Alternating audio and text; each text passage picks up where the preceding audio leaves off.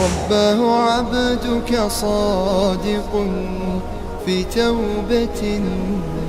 فاغفر إلهي ماضي الأسرار. رباه يا رباه ذنبي قاتل وأنا المقصر واضح الأوزار.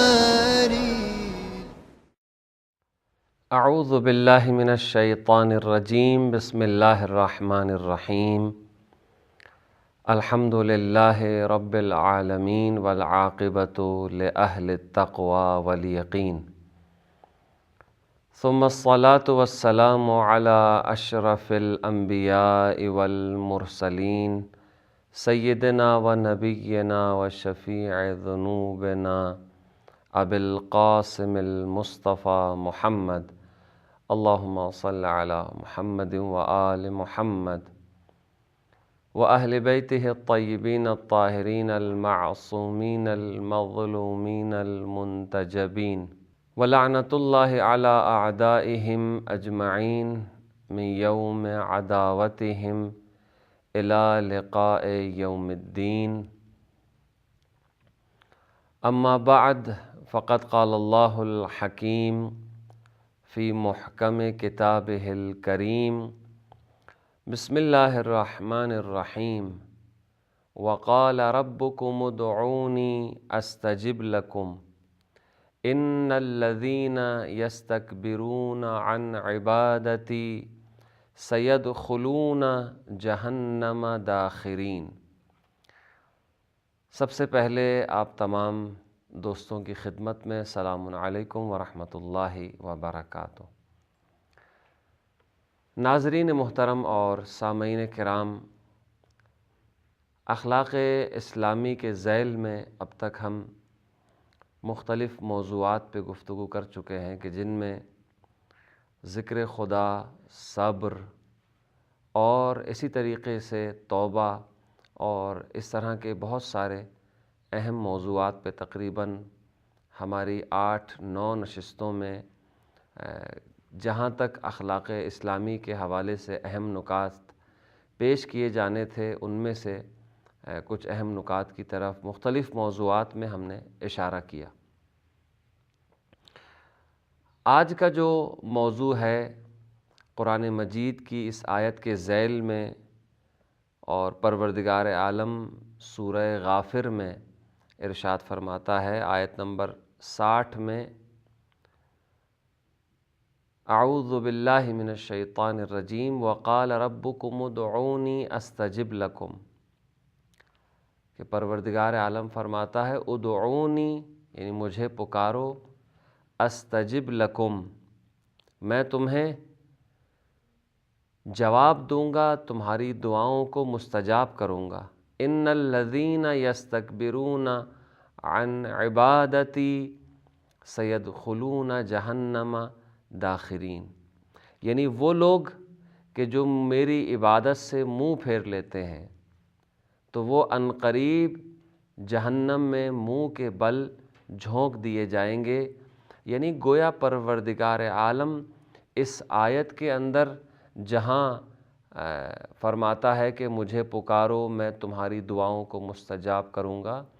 وہاں اس دعا کو، اس عمل کو یعنی اللہ سے مانگنے کو، اللہ سے طلب کرنے کو کہتا ہے کہ اللہ سے جو طلب کرے گا گویا وہ حقیقت میں ایک عبادت انجام دے رہا ہے. یعنی جو دعا نہیں مانگتا وہ اللہ کی عبادت سے اپنے آپ کو محروم کر رہا ہے. تو فرما رہا ہے کہ ان الذین یستکبرون، یعنی جو تکبر کرتے ہیں اور غرور کرتے ہیں دعا کرنے سے، عبادت کرنے سے، اللہ کی یہ عبادت، سیدخلون جہنم داخرین، یعنی جو افراد متکبر ہیں اور اللہ سے طلب نہیں کرتے، اللہ سے دعا نہیں مانگتے، تو پروردگار سورہ غافر میں ارشاد فرماتا ہے کہ ان لوگوں کو عنقریب میں جہنم میں جھونک دوں گا یا وہ جہنم میں جھونک دیے جائیں گے. اور واقعاً دعا ایک ایسا عمل ہے کہ جس کے ذریعے سے انسان اپنے پروردگار کے ساتھ گفتگو کرتا ہے، اپنے پروردگار کے ساتھ رابطہ قائم کرتا ہے، اور جہاں دعا میں مختلف چیزیں انسان اللہ تبارک و تعالیٰ سے، اپنے خالق و مالک سے مانگتا ہے، وہاں انسان اپنے ایمان کو طلب کرے، وہاں انسان عمل صالح اور توفیقات الہی کو اپنے رب سے ہمیشہ ان دعاؤں میں اللہ تبارک و تعالیٰ سے طلب کرے۔ پس دعا کا مانگنا انسان کو غرور اور تکبر سے نجات دلاتا ہے، اور پھر ساتھ ساتھ جہنم کے عذاب سے بھی یہ محفوظ رکھتی ہے یہ دعا۔ اس کے بعد اگر انسان دیکھیے، جب اس زندگی میں، اس دنیاوی زندگی میں ہم دیکھتے ہیں تو یہاں پر بھی ایک دستور ہے کہ اگر کسی دروازے پہ بار بار دستک دی جائے، بار بار اسے کھٹکھٹایا جائے، تو وہ ایک نہ ایک دن یقیناً کھل جائے گا۔ آخر اندر رہنے والا شخص، اس گھر میں رہنے والا، بار بار آپ دروازہ کھٹکھٹائیں گے تو آخر وہ دروازہ کھول دے گا۔ یا دوسری مثال ہم یوں دے سکتے ہیں کہ ایک شخص کسی دروازے پہ ہمیشہ جاتا ہے، تو وہ جو گھر والا ہے، گھر کا مالک ہے، وہ اس آنے والے کو ہمیشہ جانتا ہے اور پہچانتا ہے، اس کی ضرورتوں سے واقف ہے، اس کے مسائل اور مشکلات سے یہ گھر والا واقف ہوتا ہے۔ تو لہٰذا ہمارے عام معاشرے کے اندر بھی ایسا ہے۔ لیکن اگر کوئی شخص کسی کے دروازے پہ نہ جائے تو ظاہر ہے کہ دینے والا خود فقیر کے پاس نہیں جائے گا، یعنی پیاسے کو چاہیے کہ وہ کنویں کے پاس جائے، نہ کہ کنواں اٹھ کے پیاسے کے پاس چلا جائے۔ ایسا کہیں نہیں دیکھا گیا۔ تو لہٰذا ہمیشہ انسان اپنے پروردگار سے ارتباط میں رہے، اس سے رابطے میں رہے، ہمیشہ اس کے دروازے کو کھٹکھٹائے، نہ صرف وہ خود سے کھٹکھٹائے بلکہ خود پروردگار عالم انسان کو یہ کہہ رہا ہے کہ مجھ سے مانگو، یعنی خود وہ درخواست کر رہا ہے بلکہ حکم دے رہا ہے کہ مجھ سے مانگو، میں تمہیں عطا کروں گا، تمہاری دعاؤں کو مستجاب کروں گا۔ لیکن اگر انسان مغرور ہو جائے، مستکبر ہو جائے اور تکبر کرنے لگے تو پھر خدا بھی ایسے انسان پر توجہ نہیں کرتا، اور ایسے انسان وہ انسان ہیں یا وہ لوگ ہیں کہ پروردگار جنہیں نسیم منسیہ کر دیتا ہے، اللہ کی توجہ بھی ان لوگوں پر سے ہٹ جاتی ہے۔ لہٰذا قرآن مجید کی ایک اور آیت کے اندر یعنی سورہ فرقان کی آیت نمبر 77 میں 77 میں پروردگار عالم ارشاد فرماتا ہے، اعوذ باللہ من الشیطان الرجیم قل ما یعبأ بکم ربی لولا دعاؤکم، یعنی اللہ اپنے حبیب، اپنے نبی سے مخاطب ہو کر فرما رہا ہے کہ اے حبیب کہہ دیجئے ما یعبأ بکم ربی لولا دعاؤکم، اگر یہ تمہاری دعائیں نہ ہوں تو اللہ تم پر کوئی توجہ نہ کرے۔ لولا دعاؤکم، اگر تمہاری یہ دعاؤں کا اثر نہ ہو اور یہ دعائیں تمہاری نہ ہوں، تم اللہ کی بارگاہ میں ہاتھوں کو بلند اگر نہ کرو گے اور اس سے طلب مغفرت نہیں کرو گے، اس سے کچھ مانگو گے نہیں، تو خدا تمہاری طرف کوئی توجہ نہیں کرے گا۔ اس لیے کہ میں نے آپ کی خدمت میں مثال پیش کی کہ اگر ہم کسی دروازے پہ ہمیشہ جاتے ہیں تو وہ بھی ہمیں جانتا ہے، پہچانتا ہے، لیکن اگر کوئی فقیر نہ جائے کسی کے دروازے پہ، کوئی گدھا کسی کے دروازے پہ گداگری کے لیے نہ جائے، تو وہ دینے والا اس کے حالات سے واقف نہیں ہو سکتا، وہ بھی کبھی اس پہ توجہ نہیں کرے گا۔ البتہ خدا کے بارے میں یہ بات صدق نہیں کرتی، اس لیے کہ خدا تو انسان کے دلوں کا بھید جانتا ہے، انسان کے حالات کو جانتا ہے کہ انسان کو کس قدر کس چیز کی ضرورت ہے۔ لیکن یہ دعا کا مانگنا یا دعا کا جو حکم دیا گیا ہے وہ اس لیے دیا گیا ہے تاکہ انسان کے اندر جو غرور اور تکبر کا مادہ ہے وہ ختم ہو جائے، اور انسان اپنے رب سے، اپنے پروردگار کے ساتھ عاجزی سے مانگے، طلب کرے تو اسے اچھا لگتا ہے۔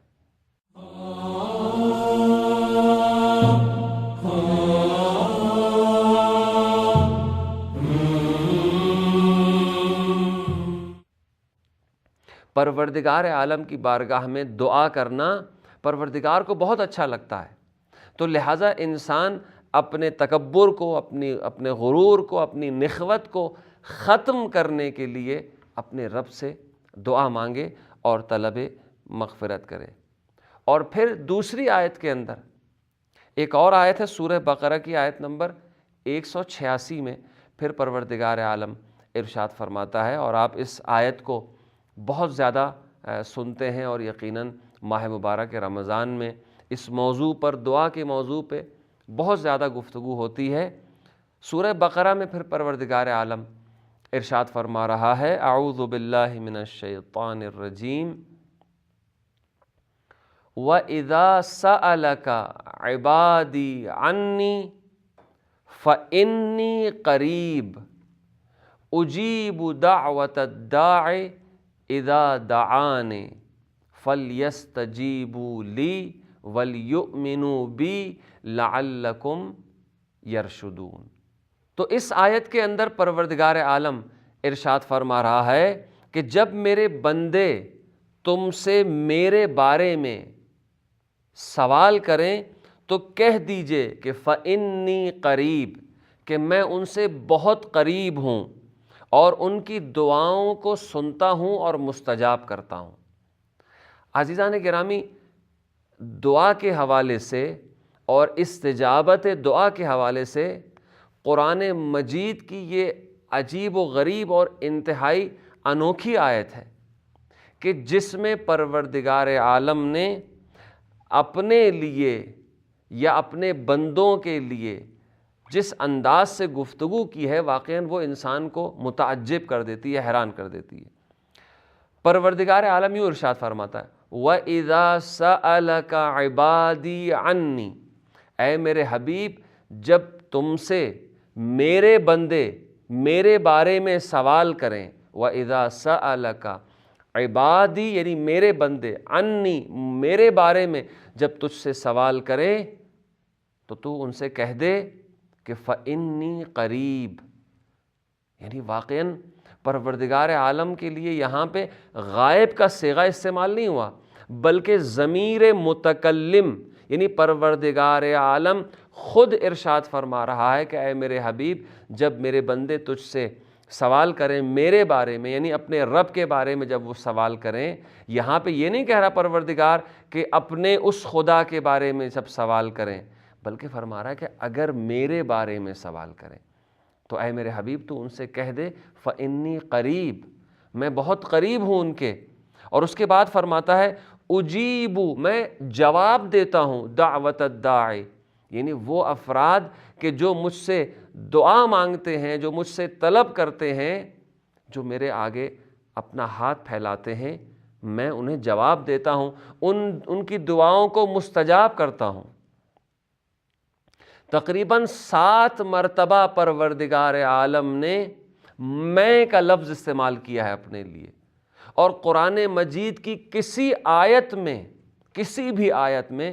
اس طرح کا انداز گفتگو پیغمبر کے ساتھ جو خدا کر رہا ہے، کس کے بارے میں؟ اپنے بندوں کے بارے میں۔ کس چیز کے بارے میں؟ دعا اور استجابت دعا کے بارے میں گفتگو ہے، اور اس طرح کا انداز قرآن مجید کی کسی بھی آیت میں نہیں ہے کہ جہاں پروردگار عالم نے 7 مرتبہ ضمیر متکلم یعنی اپنے لیے جو صیغہ استعمال ہوتا ہے ایک شخص کے لیے کہ میں کا لفظ استعمال کیا ہے، وہ کہیں اور نہیں کیا سوائے اس آیت کے اندر۔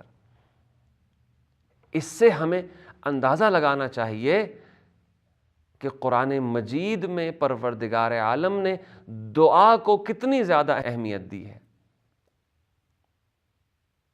یعنی دعا کی اتنی زیادہ اہمیت کہ پروردگار خود کہہ رہا ہے کہ میں بہت قریب ہوں، میرے بندے اگر میرے بارے میں تم سے سوال کریں تو ان سے کہہ دو کہ میں دعا کا سننے والا ہوں،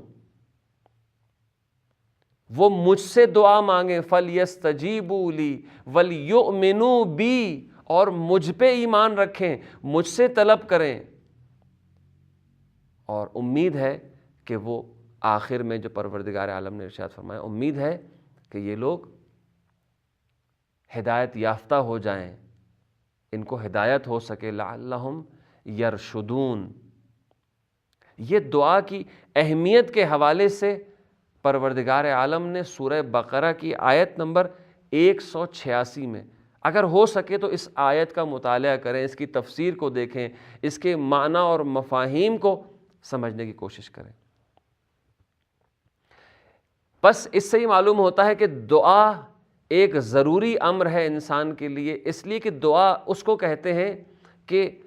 وہ انسان جو دانی ہے، یا وہ جو دانی ہو اپنے سے بزرگ اور عالی سے طلب کرے، مانگے، اسے کہتے ہیں دعا۔ اور اس کے لیے ظاہر ہے کہ پروردگار سے بڑھ کر کائنات میں کوئی ہستی نہیں، اور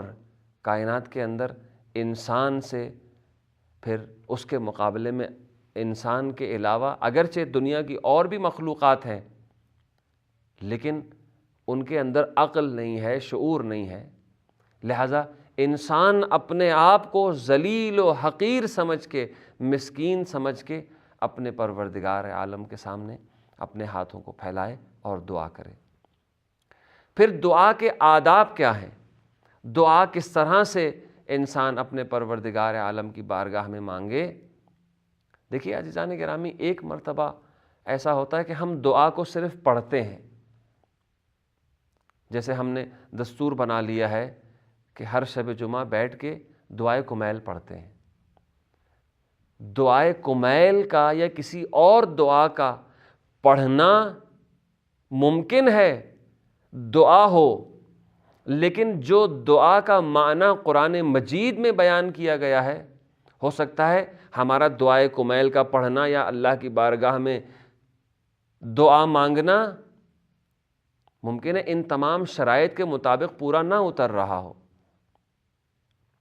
ہم سے دعا مانگنے کا حکم دیا گیا ہے، ہمیں دعا پڑھنے کا حکم نہیں دیا گیا کہ آپ دعا کو پڑھیں۔ ہاں، ہم دعا کو پڑھیں لیکن ساتھ ساتھ مانگیں بھی، تب وہ ممکن ہے دعا اثر انداز ہو، لیکن ہم دعا پڑھ رہے ہوں لیکن مانگنے کا انداز نہ ہو تو پھر اس دعا کے پڑھنے کا کوئی فائدہ نہیں ہے۔ ہم دعائے کمیل یا اور دیگر جو ائمہ کی دعائیں ہیں انہیں ضرور پڑھیں، لیکن وہ صرف پڑھنے کے لیے نہیں ہے، بلکہ ہمارے اندر وہ کیفیت ہونی چاہیے کہ ہم دعا پڑھتے ہوئے اپنے آپ کو اللہ کا ایک عاجز بندہ سمجھ رہے ہوں اور اس سے دعا کو مانگ رہے ہوں، اور اس سے اپنی احتیاجات، اپنی ضروریات، اپنی مشکلات اس کے سامنے اپنے آپ کو عاجز سمجھ کے رکھ رہے ہوں، ساتھ ساتھ دعائے کمیل پڑھ رہے ہیں، لیکن تصور وہی ہونا چاہیے کہ جو دعائے کمیل کے اندر مولا امیر المؤمنین علی ابن ابی طالب علیہ السلام نے بالکل ابتدا میں جملے ارشاد فرمائے ہیں، اللہم اغفر لی الذنوب التی تنزل النقم، پروردگارہ میرے ان گناہوں کو بخش دے کہ جو بلائیں نازل کرتے ہیں، اللہم اغفر لی الذنوب التی تحبس الدعاء، پروردگارہ میرے ان گناہوں کو بخش دے کہ جو دعاؤں کو حبس کر دیتے ہیں، دعاؤں کو قبول نہیں ہونے دیتے۔ یعنی ہمارے وہ کون سے اعمال اور ہمارے وہ کون سے گناہ ہیں کہ جن کی وجہ سے ہماری دعائیں قبول نہیں ہوتی؟ تو لہٰذا دعا مانگنے کے شرائط ہیں، ان کا ایک طریقہ ہے۔ سورہ شورا کی آیت نمبر 26 میں دعا کے ایک اہم مسئلے کی طرف، یعنی دعا کی جو شرائط ہیں ان شرائط میں سے ایک اہم ترین اور بنیادی شرط کی طرف اس آیت کے اندر اشارہ ملتا ہے۔ سورہ شورا کی آیت نمبر 26 میں، سورہ شورا کی آیت نمبر 26 میں پروردگار ارشاد فرماتا ہے، اعوذ باللہ من الشیطان الرجیم وادعوہ خوفا وطمعا ان رحمت اللہ قریب من المحسنین۔ کہ جب تم اللہ سے دعا مانگو تو خوف کے ساتھ، ڈرتے ہوئے، جس طرح ایک فقیر یا ایک کمزور انسان اپنے سے طاقتور کے سامنے جب جاتا ہے اور اسے کوئی طلب ہوتی ہے تو کیسے مانگتا ہے؟ اپنے آپ کو انتہائی عاجز اور ذلیل بنا کے، خوف کے ساتھ، ڈرتے ہوئے۔ ایسا نہیں ہے کہ سینہ تان کے اور شانے اچکا کے اور گردن اٹھا کے مانگتا ہو، چونکہ دستور یہ ہے، طریقہ یہ ہے۔ حتیٰ کہ اگر انسان، اگرچہ انسان کو کسی دوسرے اپنے جیسے انسان کے سامنے عاجز اور ذلیل نہیں کرنا چاہیے، لیکن اگر کوئی مانگتا بھی ہے تو اس کا طریقہ کیا ہوتا ہے؟ یہی طریقہ ہوتا ہے، ڈرتے ہوئے، ذلت کے ساتھ۔ تو پروردگار عالم فرماتا ہے وَادْعُوهُ خَوْفًا وَطَمَعًا۔ ہم پچھلی ایک گفتگو میں خوف اور امید کے بارے میں گفتگو کر چکے ہیں کہ خوف اور امید انسان مومن کی علامت ہے۔ جو انسان اللہ کا بندہ ہے اسے اللہ سے خوف بھی رکھنا چاہیے، امید بھی رکھنی چاہیے۔ تو اس آیت کے اندر بھی پروردگار ارشاد فرما رہا ہے سورہ شورى میں وَادْعُوهُ خَوْفًا وَطَمَعًا، یعنی طمع ہونی چاہیے، لالچ ہونی چاہیے، یہ امید رکھنی چاہیے کہ پروردگار انشاءاللہ میرے گناہوں کو بخش دے گا، یا جس چیز کی مجھے طلب ہے اگر وہ چیز میرے مصلحت میں ہے، میرے لیے مناسب ہے، تو یقیناً پروردگار عطا کرنے والا ہے، اس کی رحمت بہت وسیع ہے۔ اس کے بعد فرماتا ہے ان رحمت اللہ قریب من المحسنین، اس لیے کہ اللہ کی رحمت احسان کرنے والوں سے بہت زیادہ قریب ہے۔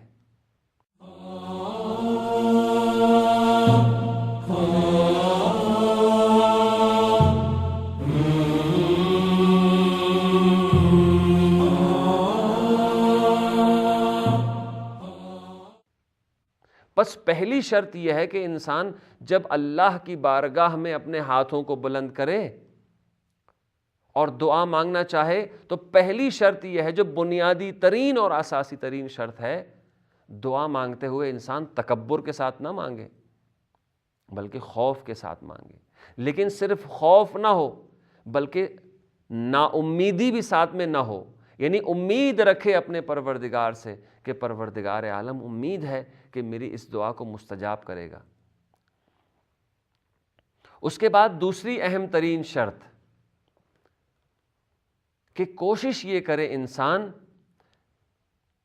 کہ دعا کو تنہائی میں اور گریہ وزاری کے ساتھ مانگے۔ دعا کرنا چاہے جب انسان اللہ کی بارگاہ میں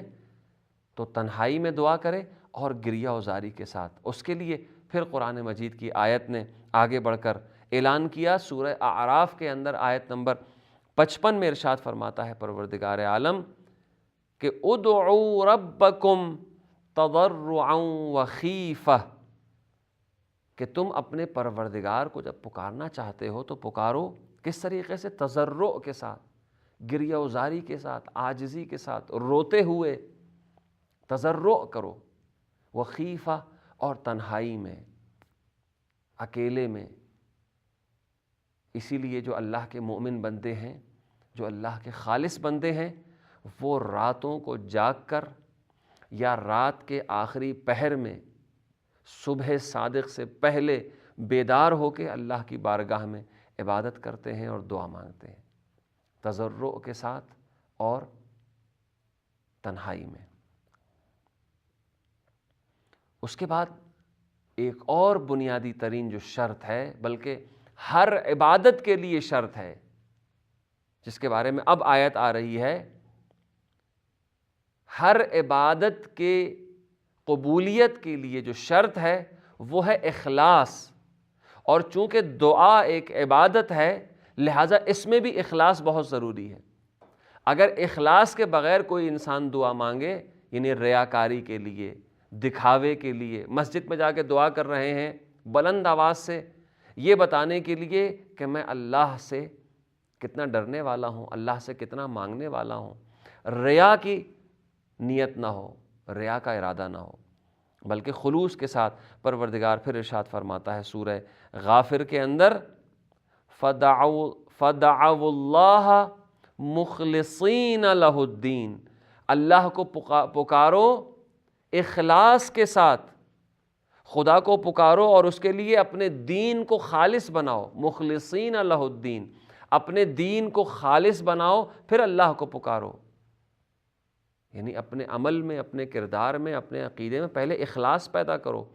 اللہ کے مخلص بندوں میں سے پہلے اپنے آپ کو بنا لو، پھر اس کے بعد اللہ کو پکارو۔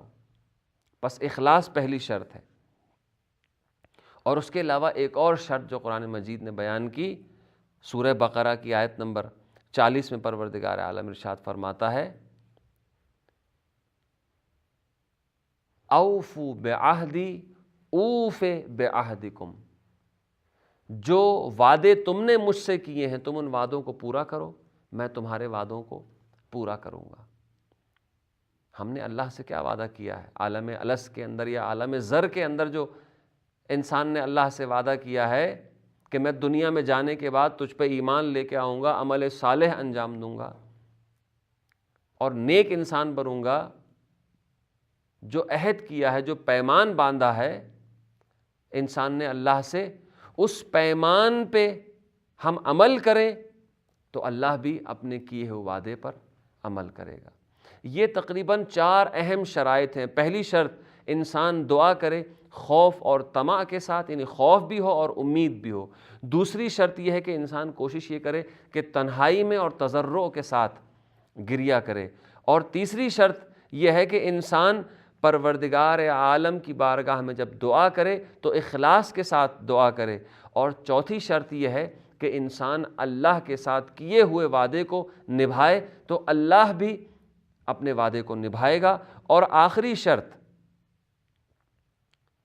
بہت اہم ترین شرط ہے، اور پروردگار عالم ارشاد فرما رہا ہے سورہ شورا کے اندر، وَيَسْتَجِيبُ الَّذِينَ آمَنُوا وَيَسْتَجِيبُ الَّذِينَ آمَنُوا وَعَمِلُوا الصَّالِحَاتِ وَيَزِيدُهُم مِّن فَضْلِهِ، کہ خداوند عالم ایمان لانے والوں اور عمل صالح انجام دینے والوں کی دعائیں مستجاب کرتا ہے۔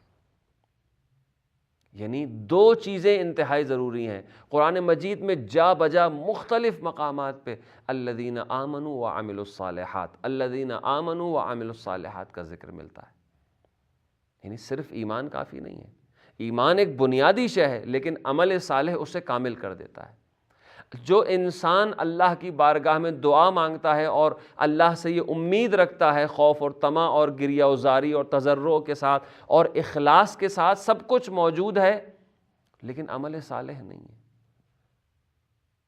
تو ایسے انسان کی دعا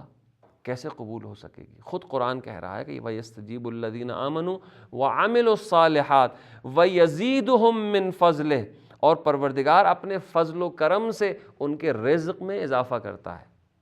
یہ 5 اہم ترین اور بنیادی شرائط ہیں۔ اس کے علاوہ وہ چیزیں کہ جو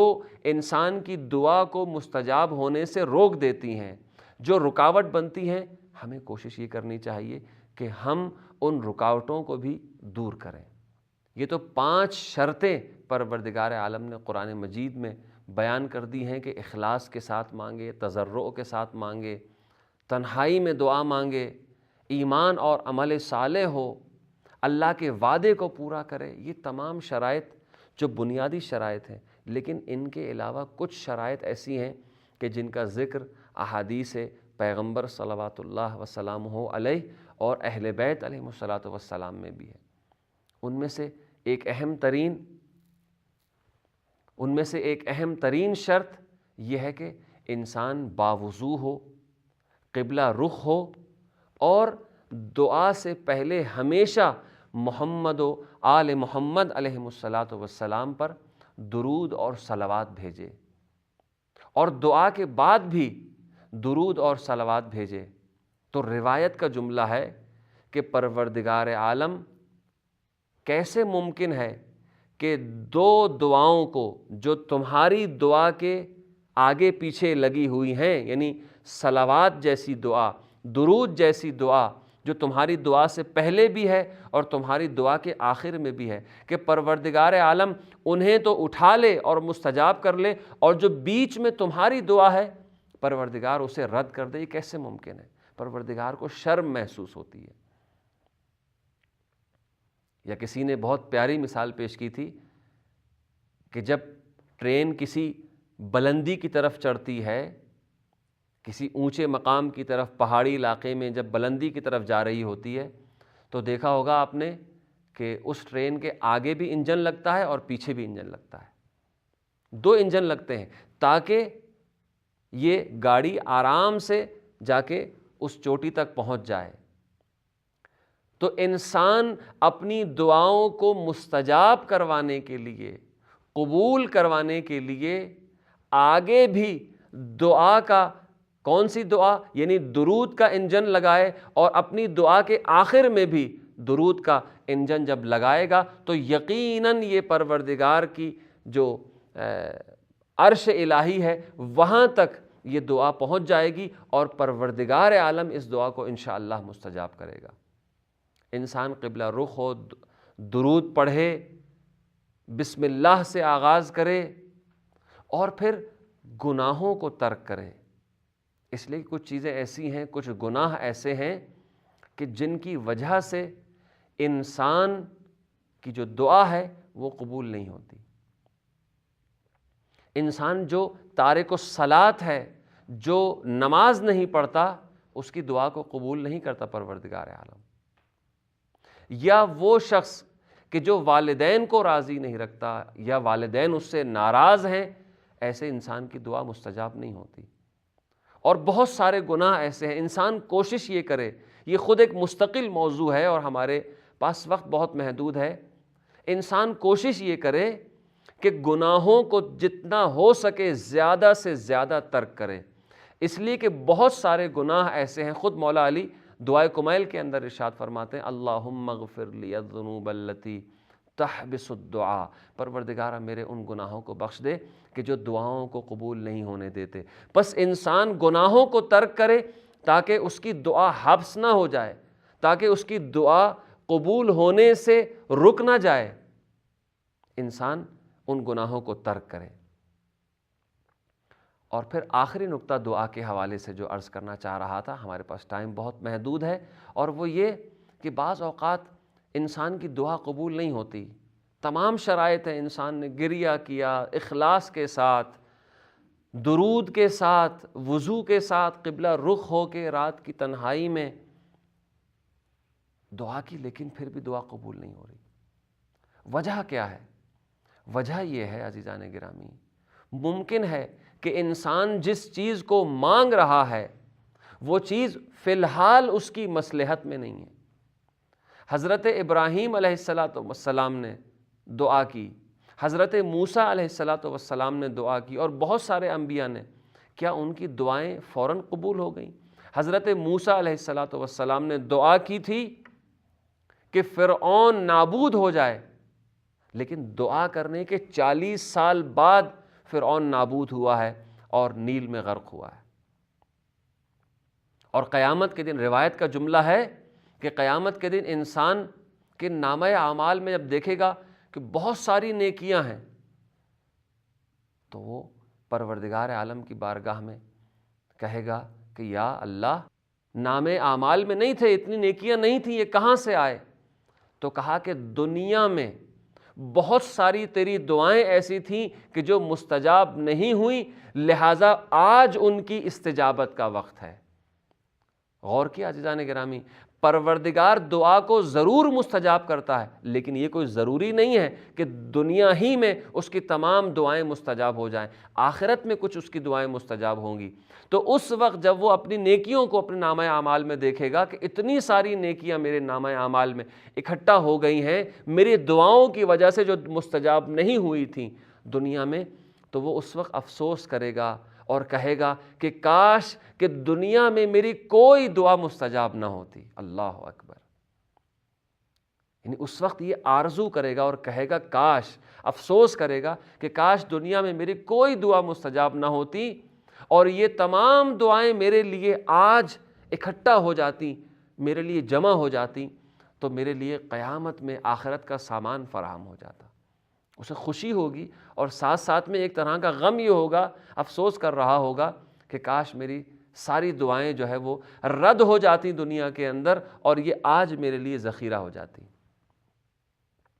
تو ایسا نہیں ہے کہ پروردگار کسی کی دعا کو رد کرتا ہے، نہیں، دعا ضرور قبول ہوتی ہے، چاہے دنیا میں